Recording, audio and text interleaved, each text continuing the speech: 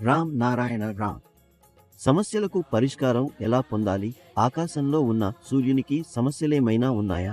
అతనికి ఆకలి, బాధ అనేవి లేవు. అతను స్వేచ్ఛగా పనిచేయగలడు. కానీ మనుషుల్లా తాను ఏదైనా తప్పుగా చేయడు. భూమిపై ఎవరికైనా అధికారము వచ్చిందంటే వారు తాము కోరిన విధంగా వ్యవహరించేందుకు ప్రయత్నిస్తారు. భారత ప్రభుత్వ రాజ్యాంగం అమలులో ఉంది.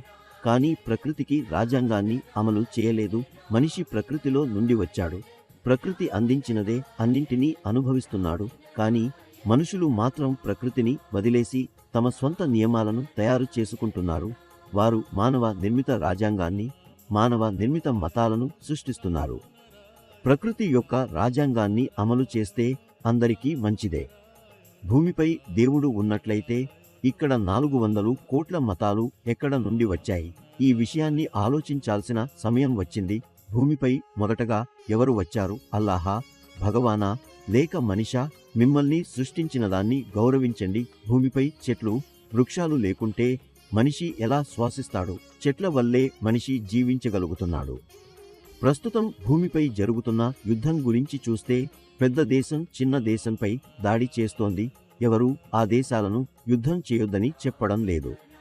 అందరూ ప్రకృతిని అనుసరించాలి. రాజ్యాంగం గురించి చెప్పాలంటే ప్రజలకు తమ హక్కుల గురించి తెలియదు.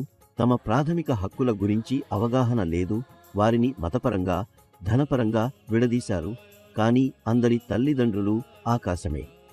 అన్ని రాజకీయ పార్టీలు మతాన్ని ఉపయోగించి ప్రజలను మోసం చేస్తున్నాయి, భయపెడుతున్నాయి. రాజకీయ పార్టీలు, మత వ్యవస్థలు ప్రజలపై పట్టు సాధించాయి. ప్రజలు ఏమి నిజం, ఏమి అబద్ధం అనేది అర్థం చేసుకోలేకపోతున్నారు. మత నాయకులకు కొన్ని బాధ్యతలు ఉంటాయి. కానీ వారు తమ బాధ్యతలను నెరవేర్చడం లేదు. వారిపైన ఇతరులను ఆదుకోవాల్సిన బాధ్యత ఉంది. కానీ వారు తామేం చేయలేదు. వ్యక్తిగత ఆస్తి పెంపొందించడం మతం కాదని గుర్తించాలి. భూమిపై వ్యక్తిగత ఆస్తి ఉన్నంతకాలం మానవాళికి శాంతి ఉండదు.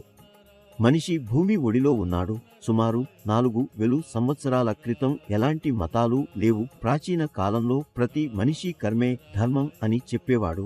ఏ మత గ్రంథమైనా తెరిచి చదివితే ఇదే కనబడుతుంది. మన మహాగురు బాలక్ బ్రహ్మచారి అంటారు, కర్మను మనిషి చేయడం లేదు, సృష్టి తనంతటా తానుగా కర్మను నిర్వహిస్తుంది. మనలను ఈ లోకంలోకి పంపినది సృష్టి. అంటే ఈ ఆకాశం, ప్రకృతి, మనం వీటి నుండే పుట్టాం. మనిషికి ఉన్న ప్రతిదీ ఆకాశం, భూమి, జలము, గాలి మరియు శక్తి ద్వారా లభించినదే. ఇవి లేకుంటే మనం ఎలా జీవించగలం? అందుకే కర్మ అనేది ఇవి అందించే మార్గంలోనే జరుగుతుంది. మనిషి కేవలం ఆలోచన చేయగలడు, కానీ సూత్రాలను అనుసరించాల్సిందే. ఈ భూమిపై అందరూ సమానమే. కానీ మనుషులే వేర్వేరు మతాలను, కులాలను రూపొందించారు. ప్రజల మనస్సుల్లో వివక్షను నింపారు. మనం అందరూ ఒకటే, ఒకే భూమిపై ఉన్నాము. కానీ సమాజం మతం మరియు కులం పేరిట మనల్ని విభజించింది. ఇలా కొనసాగితే ప్రపంచమంతా ఒకరికొకరు శత్రువులుగా మారిపోవడం ఆలస్యం కాదు. మనం శత్రుత్వాన్ని కాకుండా ప్రేమను వ్యాప్తి చేయాలి. మన హృదయాల్లో ద్వేషాన్ని కాకుండా ప్రేమను నాటాలి. రామ్ నారాయణ రామ్ అనే పవిత్ర నామాన్ని జపించండి. ఈ మంత్రం మొత్తం బ్రహ్మాండాన్ని ఆకలింపు చేసుకోవడానికి సహాయపడుతుంది. ఈ మంత్రంలో అపారమైన శక్తి ఉంది.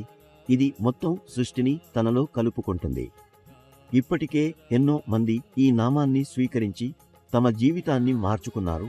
మీరు కూడా ఈ పవిత్ర నామంతో మమేకమై దీనిని ప్రచారం చేసి సమాజాన్ని ప్రభావితం చేయండి.